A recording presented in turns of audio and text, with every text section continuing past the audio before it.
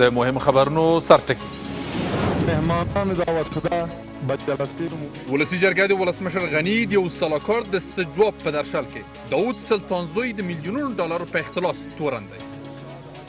در جلسات کابینه ما فقط میگفتم که وقت کم داریم، هر چه زودتر باید قرارداد صورت بگیره. له ولسمشر سره د لیدو لپاره د غوراوي د کمیټې د غړو تمه. آیا حکومت غواړي پارلمانی ټاکنې ترسره شي؟ تماس‌ها را با گروه‌های مختلف جامعه مدنی آغاز کردیم تا اختلافی که بین اینا پیدا شده او را حل کنیم. په کمې اغیزمنتیا د سرحدونو چارو وزارت له لوري د میلیونونو ډالرو لګول، خو دغه وزارت د بودجې د کموالي خبره کوي. متاسفانه در گذشته این وزارت متعلق به جغرافیای خاص از کشور ما شما متعلق به قشر خاصی از کشور ما شما یو کس 12 کسه په نښه کړل. د امریکا په کولورادو ایالت کې یو کس 3 تنه ووژل او 9 نور ټپیان کړل.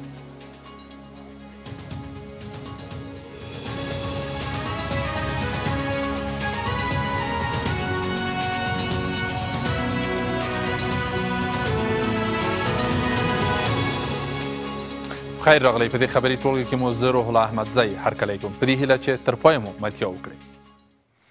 حکومت په هیواد کې د پارلماني ټاکنو د ترسره کولو لپاره اراده نه لري. د ولسي جرګې یو شمېر غړي ټینګار کوي که چیرې حکومت د پارلماني ټاکنو د ترسره کولو لپاره اراده درلودی د غوراوي د کمیټې کار له ځنډ سره نه مخېده. د غوراوي کمیټې غړي وایي چې د دغې کمیټې اووه غړي معرفي شوي، خو د کار د پیل کولو لپاره د ولسمشر د لیدو په تمه دي. څه باندې 4 میاشتې کېږي چې ولسي جرګه د پارلماني ټاکنو د نه ترسره کېدو له امله په غیر قانوني ډول خپل کار ته دوام ورکوي. د پارلماني ټاکنو ترسره کېدل هم د پراخو اصلاحاتو په ګرو کې دي. د دغو اصلاحاتو له مخې باید د غوراوي کمیټه جوړه شي څو په ټاکنیزو کمیسیونونو کې د غړیتوب لپاره نوې څیرې وپیژني. خدای نخواسته تأخیر ازی یا بی‌پروایی در مورد ازی در واقع مرگ تدریجی برای روند سیاسی افغانستان است. تأخیر در برگزاری انتخابات و تأخیر در اصلاح نظام انتخاباتی که به وجود آمده این پیامدهای منفی خود طبیعی است که داره. سره له دې چې د غوراوي د کمیټې اووه غړي مشخص شوي، خو دوی د کار د پیل کولو لپاره د ولسمشر د لیدو په تمه دي. قرار اطلاعات رئیس جمهور سفرهای و بیرون از کشور را پیش دارد که اگر امروز این نشست با رئیس جمهور برگزار نشه شاید یک مقدار به تأخیر بیفتد تا برگشت رئیس جمهور، ولی این هم هست که نیاز برای یک مشوره در با اعضای کمیته هم هست که ما ببینیم که پیش از آمدن رئیس جمهور میتونیم کار ما شروع کنیم یا نه. اجرایي ریاست ویلي و چې د روانې اونۍ په پیل کې به دغه کمیټه خپل کار پیل کړي، خو ارګ تر اوسه د غوراوي په کمیټه کې د مدني ټولنې د یو غړي په اړه د نظر اختلاف خبره کوي. ما به حیث تسهیل کننده تماس‌ها را با گروه‌های مختلف جامعه مدنی آغاز کردیم تا اختلافی که بین اینا پیدا شده او را حل کنیم و به زودترین فرصت بتانیم کار کمیته گزینش را آغاز نماییم. د شنونکو په باور که چیرې د ټاکنیزو کمیسیونونو نوي کمشنران ډېر ژر ونه پیژندل شي او د پارلماني ټاکنو مهال ویش اعلان نشي، احتمال لري چې راتلونکي کال کې هم پارلماني ټاکنې ترسره نشي. د ولسي جرګې غړي وایي چې د قومونو او قبایلو چارو وزارت دغو کلونو کې د میلیونونو ډالرو په لګولو سره د پام وړ اغیزمنتیا نه ده لرلې. دا په داسې حال کې ده چې د 1495 کال لپاره د دغه وزارت بودجه 443 میلیون افغانۍ او پراختیایي بودجه 2.2 میلیون ډالره وړاندیز شوې ده. له دې سره سم د سرحدونو او قبایلو چارو وزارت د دغه وزارت د بودجې له لږوالي وایي. د تیرې اونۍ د پنجشنبې په ورځ د سرحدونو او قبایلو چارو وزارت سیاسي مرستیال عبدالغفور لیوال یک ټلویزیون سره مرکه کې ویلي و د هغو بورسونو امتیاز چې له بهرنیو هیوادونو څخه ترلاسه کیږي د ډیورنډ کرښې پورې غاړې خلکو سره هم شریک کیږي. هغه هیوادونه دوست هیوادونه چې موږ ته بورسي راکوي د دغو محرومو سیمو ځوانان په دغو بورسیو کې شامل دي او له خپلو اصولي او قانوني پړاو وروسته دوی د وزارت په مرسته کېدای شي یو شمېر بورسیو ته ولیږل شي. اوس عبدالغفور لیوال په خپله فیسبوک پاڼه کې د دغه ریپورټ پر ضد خبرګون ښوولی او هغه یې نه یوازې تحریف شوی بللی بلکې یک ټلویزیون باندې یې د بهرني تړاو تور هم لګولی دی. زه د ژورنالیزم د یو متخصص په توګه اعلان کوم چې معلوماتو ته د لاسرسي حق یو مهم حق دی، خو تر هغه مخکې باید رسنیو ته د ژورنالیزم د اخلاقو الفبا ورزده کړو چې تحریف یو غیر قانوني او غیر اخلاقي کار دی. بله ستونزه خو دا وه چې زما مرکه په پښتو وه او د ایران پالو رسنیو دا ژبه نه زده، بس هر څه چې ترې واخیستل هماغه غږوي. خو د یک ټلویزیون د دغه ریپورټ په خوا کې داسې ښکاري چې ولسي جرګې غړي هم د سرحدونو او قبایلو چارو وزارت له کړنو چندان خوښ نه دي او د دغه وزارت کړنې د مصرفي بودجې پرتله اخیستمنې نه بولي.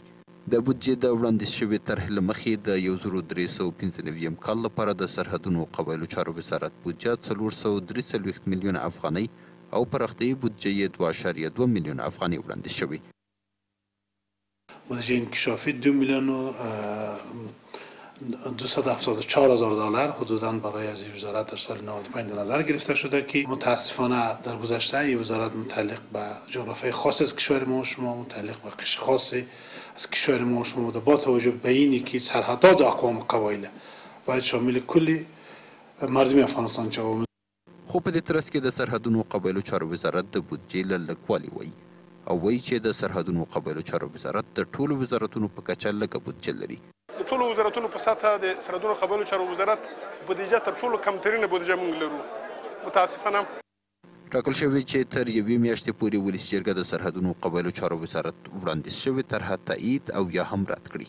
اوس باید ولیدل شي چې له دغو نیوکو سره به د دغه وزارت وړاندیز شوې بودجه د ولسي جرګې لخوا تایید شي. په کابل کې نن د ځانمرګي برید له امله یو تن وژل شوی او د یوې ښځې او یو ماشوم په ګډون 3 نور ټپیان دي. ځانمرګي برید کوونکي د کابل ولایت د ټاکنو خپلواک کمیسیون د دفتر مشر موټر په نښه کړی چې له امله یې د نوموړي موټر چلوونکی وژل شوی او یو ساتونکی ټپي دی. هغه تصویرونه چې له ځانمرګي برید وروسته د موبایل په مرسته اخیستل شوي په ظاهره دغه کس موټر چلوونکی دی چې دغه برید کې وژل شوی. له موټر څخه بهر پښې او لاسونه پراته دي. روښانه نه ده چې د چا دي، د برید کوونکي او که د نورو قربانیانو. د کابل ختیځ د 8 امنیتي حوزې اړوند سیمه کې ځانمرګي برید د ښار د وروستیو ورځو نسبي کراري پای ته ورسوله. ځانمرګي برید کوونکي د کارتیناو په کوڅو کې ځان تر دغه زغروال موټر پورې چې د کابل ولایت د ټاکنو خپلواک کمیسیون د دفتر د مشر دی رسولی او ځان پورې تړلو توکو ته یې چاودنه ورکړې. کیدای شي چې رودوال چانس راوړی وي چې موټر کې نه و، خو موټر چلوونکی وژل شوی او یو ساتونکی ټپي دی. دغه پیښه کې یوه ښځه او یو ماشوم هم ټپیان شوي. واسطه یکی از کارمندای کمیسیون مستقل انتخابات که او به نام رودوال است، یکی از کارمندایش است، محافظ و دریور دمو می باشن و میاین که ای را انتقال بتن. قبل از اینکه اوجا برسه یک نفر انتحار کننده پیاده مواد حاملش انفجار میته و حمله انتحاری خود میکنن. دلته د برید کوونکي هیڅ نښه نه ده پاتې ځکه هغه ټوټې شوی. د بدن ټوټې 2 متره لرې د دغه کوڅې شاوخوا کې ترسرګو کیږي. خانم زخمی بود و یک نفر یک لنگش معلوم میشد و سرش مویش بود و یک کالاش دیگه پرچای گوشت هم تو سر موتر مانفیده بود. یک سیاسر زخمی بود، بسیار یک سطحی زخمی شده بود. یک طفلم بوده که او را ما خود ما دوستانه مردم کشیده بود. د برید موخه د دغه کس وژل و. هغه چې د موټر چلوونکي د مړي د لیدو لپاره روغتون ته راغلی حاضر نه شو چې موږ سره خبرې وکړي، خو ملګري وایي چې څو ځلې دا ډول خبرداری ترلاسه کړي وو. هدف پلان رئیس بود، کاردیت یا تارگت رئیس بود که قبلا هم در سرک دارالمان پالی خانه اشرف غنی که آمده بود قبلا هم یک تارگت بود و فعلا هم تارگت از چندین وقت اختیارات داده بودن برشان. بعدن تارگت امروز انتحاری همین موتر پران و موتر لنکروزر است. جلیل جان دریور ما شهید و عظیم زخمی است.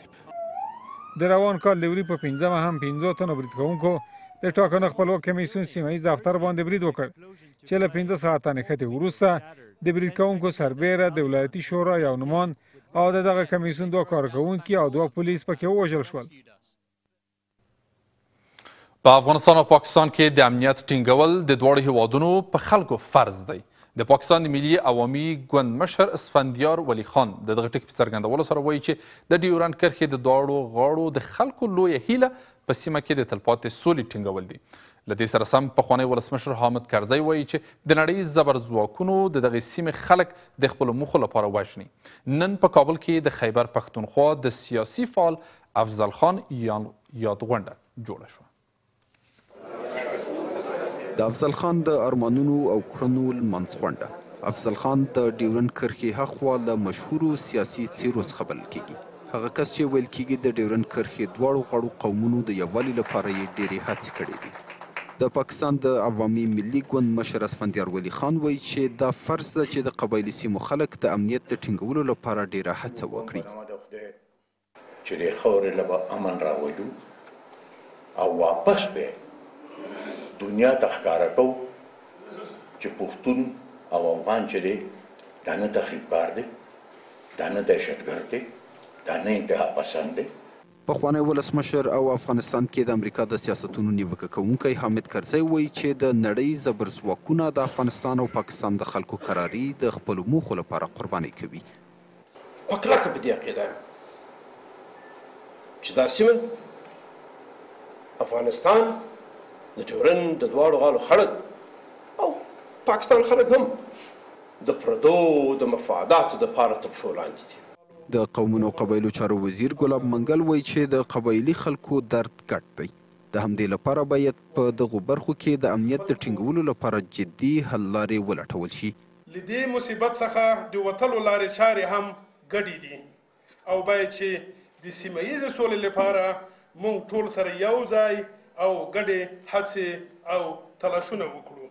د پاکستان د پلاوي یو غړی سلیم خان وایي چې پاکستان په ټول افغانستان کې د سولې د ټینګولو په برخه کې ژمن دی او د دواړو هیوادونو د خلکو د نږدې کېدو غوښتونکی دی. پاکستان حکومت زمونږ وزیر اعظم صاحب هم دلته کې راغلی، زمونږ د لښکر مشر هم دلته کې راغلی دی، د دې ځای مشران هم هلته کې تللي دي او همیشه د دې دغه وي چې هغه ټوټل د یو بل سره زمونږ دا نور نزدېکت زیاتې شي. د شنونکو په باور د کابل حکومت هڅه کوي څو د پاکستان په قبایلي ګوندونو باندې له پانګونې سره هغه هیواد کې نفوذ پیدا کړي او دا ډول د افغانستان پر ضد د پاکستان سیاستونه په یو ډول کنټرول کړي. خو تاریخ ثابته کړې چې د ډیورنډ د کرښې هاخوا خلک او مشران په داسې حال کې چې ځانونه افغانان بولي تر ډیره د پاکستان ګټو ته ژمن دي. د ولسي جرګې لومړی مرستیال پر ده باندې د لګول شویو تورونو په اړه د ولسمشر د حقیقت موندنې د پلاوي ترکیب غیر عادلانه بولي او ټینګار کوي چې دغه پلاوی باید له قضایه او مقننه قوې سره په تفاهم کې جوړ شوی وي. وروسته له هغې چې د ولسي جرګې لومړي مرستیال ظاهر قدیر پر امنیتي ادارو په تیره د ملي امنیت پر سلاکارۍ باندې تور ولګاوه چې د هیواد په ناامنه کولو کې لاس لري، ولسمشر د دغو خبرو په اړه حقیقت موندونکی پلاوی وګوماره. اوس د دغه پلاوي ترکیب د ولسي جرګې له غبرګون سره مخ شوی. د ولسي جرګې ځینې غړي وایي کله چې حنیف اتمر د کورنیو چارو وزیر و له طالبانو سره یې هم مرسته کړې. باسدگی که میخوایم بگم جناب آقای اتمر حق مسلمش است. در زمان دوره وزارت داخلی طلا را به طالب توزیع نکردی مگر از طریق تلویزیون ها نشر نشد اسنادی که به طالب طلا توزیع میکردی؟ امروز تو آیا تعیین میکنی سر ولسی جرگه که بیا مسئله احمال مرا بررسی بکنه؟ اجازه را نه تو داری نه کسی دیگه داره بر اساس نمی قانون اساسی افغانستان. ما صدا میکنم سر رئیس جمهور، ما صدا میکنم سر رئیس اجراییه در زیر رشد در پهلوی ارگ فاتحه‌گیری کسی که هزاران افغان فرزندش کشته او را فاتحه‌اش میگیره یکش در عدلی قضایی معرفی نمیکنی. از لحاظ حقوقی و قانونی هیئت طوری باید منصفانه و طوری باید طبق قانون برخورد بکنه که آیا از اون صلاحیت هایی که به اونها داده شده فراتر نره. خو ظاهر قدیر وایي چې نږدې 4 میاشتې مخکې هغه اسناد چې د اتمر په ګډون ځینې امنیتي چارواکي د هیواد په ناامنه کولو کې لاس لري د ملي یووالي حکومت مشرانو ته سپارلي خو هیڅ پام ورته نه ده شوی. نوموړی د دغې سکالې په اړه د نوي پلاوي ګمارنه غیر عادلانه بولي او وایي چې دغه پلاوی باید له قضایه او مقننه قوې سره په تفاهم کې جوړ شوی وای. و به ملت اطمینان میدم 3 نقطه است: دلایل، شواهد و اسناد. الحمدلله هر چیز کافی است، هیچ تشویشی از اون نقطه نداریم. خب باز هم در آخر ما به هر چیز آمده استم باید قانون عملی گردد. له دې وړاندې د ملي امنیت د سلاکار دفتر د ولسي جرګې د لومړي مرستیال خبرې د هغه شخصي نظر بدلی و، خو له دې سره سره د ولسي جرګې ځینې غړي په هیواد کې د امنیت د ټینګولو په اړه د بیړنۍ غونډې د جوړېدو غوښتنه کوي. به پیش خدا مسئولیم، به پیش مردم افغانستان مسئولیت داریم. بیاین یک هفته مکمل در منظر خدا و ملت افغانستان به شکل علنی موضوع و چالش های امنیتی را به بحث بگیرین تا مردم افغانستان فردا انگشت انتقاد حداقل برای تو نماینده دراز نکند. دا په داسې حال کې ده چې له دې وړاندې یو جهادي مشر استاد عبدالرب رسول سیاف ویلي و چې د طالب مشرانو استازي د وزیر اکبر خان په ډیپلوماټیکه سیمه کې اوسیږي، هغه خبرې چې هیڅکله هم ونه څېړل شوې. د کابل ښار په بازارونو کې له یوې اونۍ راهیسې د هر لیټر پټرولو په بیه کې 10 افغانۍ زیاتوالی راغلی دی. د سوداګرۍ او صنایعو وزارت د تیلو د بیې د لوړوالي لامل د تقاضا زیاتوالی بللی او ډاډ ورکوي چې 10 ورځو پورې به دغه وزارت له یو شمېر هیوادونو سره د نفتي توکو تړون لاسلیک کړي او د تیلو بیه به راټیټه شي. د تیرې یوې اونۍ په ترڅ کې په کابل کې د پټرولو د یو لیټر بیه له 48 څخه 58 افغانیو ته لوړه شوې، په داسې حال کې چې بیا په نړیوالو بازارونو کې بیه راټیټه شوې ده. د سوداګرۍ وزارت د تیلو د اخیستو لپاره د غوښتنې زیاتوالی او د افغانۍ د ارزښت ټیټوالی بولي، کوم چې د پټرولو پر بیې یې اغیز کړی. دا په داسې حال کې ده چې د یوې اونۍ په ترڅ کې د افغانۍ ارزښت ډېر ټیټ شوی. یک هفته پیش من انداختم 48 روپیه بود. ولی نمیفهمم چرا یک دفعه هم تو قیمت تیل بالا رفته. قیمت سینا بیکار است، محسوب تا بالا 300 روپیه کار کرد. د سوداګرۍ وزارت ژمنه کوي چې 10 ورځو کې به د هیواد په بازارونو کې د تیلو بیې راټیټې شي، ځکه چې دغه وزارت په ارزانه بیه له یو شمېر هیوادونو سره د تیلو اخیستو تړونونه لاسلیک کوي. ما گفتگو را با کشورهای مختلف آغاز کردیم و ما 2 هدف داریم. اول بر اساس نرم های ما باشه که بر اساس نرم استاندارد ما به تیل به کیفیت نمیدیم. دوم قیمتش پایینتر از دیگه کشورها باشه، بر ما قیمت پایینتر تمام شه، به دلیل که متاسفانه بیش از 30% زیر خط فقر زندگی میکنیم، توان خرید مردم افغانستان بالا نیست. له دې وړاندې د سوداګرۍ او صنایعو وزارت له روسیې او آذربایجان سره د ګاز اخیستو 2 لوی تړونونه لاسلیک کړي. داسې هیله شته چې له رسېدو سره به یې د ګازو بیه هم راټیټه شي. د شپږ ولایتونو والیانو خپل 100 ورځني پروګرامونه معرفي کړل. دوی په امنیتي، کرنې، روغتیا، پوهنې او لوړو زده کړو برخو کې له ننګونو وویل. په همدې حال کې د هرات والي د امنیتي ننګونو د لرې کولو په موخه د دغه ولایت په ناامنو سیمو کې د سیمه ییزو پولیسو د جوړولو غږ وکړ. د کاپیسا والي هم د دغه ولایت په ځینو برخو کې د وسلوال مخالفینو د تحرکاتو یادونه وکړه. د پروان والي د دغه ولایت مرکز کې د څښاک اوبو له نشتوالي وویل.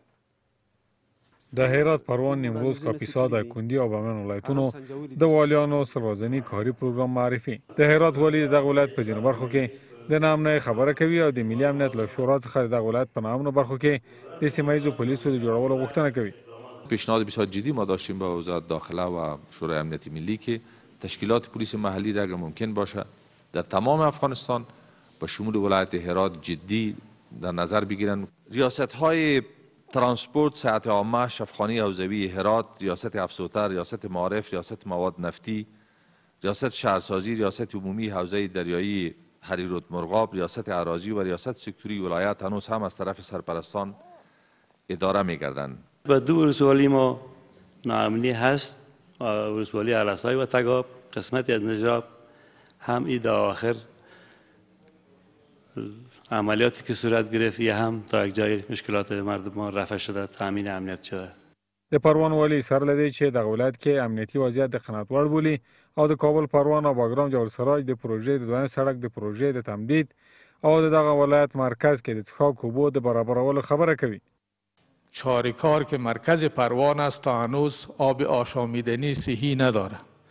پیشنهاد قبلا صورت گرفته و او تحت دوران است. تاکید کردیم که پروژه تمدید پایپلاین آب آشامیدنی از سالنگ تا مرکز شهر چاریکار به طول 35 کیلومتر دولت باید را جدی بگیره. د بامیان او دایکنډي والیان هم دغه ولایتونو کې د پوهنې پر وړاندې له ننګونو وایي او ټینګار کوي چې دغه ولایتونو کې ډیری ښوونځي ودانۍ نه لري. از 365 باب مکتبی که داشته باشیم شاید حدود 80 یا 90 مکتب ما فقط داشته باشیم که او هم معیاری نیست و جوابگوی متعلمین ما در ولایت دایکنډي نمیده. بامیان در حدود 112 مکتبش هنوز تعمیر ندارد و مکاتبی که تعمیر هم دارد صنوف درسی کمبود هست. در مجموع بر اساس برآورد تکنیکی در حدود 2000 اتاق درسی یا صنف درسی کمبود هست برای شاگردان معارف. نیمروز هغه ولایت دی چې له ایران سره ګډه پوله لري او د هېواد د صادراتو او وارداتو ډېره برخه له دغه ولایت څخه ترسره کیږي. د دغه ولایت والي د اداري فساد پر وړاندې د جدي مبارزې او د دولت د عوایدو په زیاتوالي ټینګار کوي. در بخش فساد مبارزه به شدت جریان داره. تیم‌های نظارتی تعیین شده. اخاذی‌های غیر قانونی قطعا وجود نداره.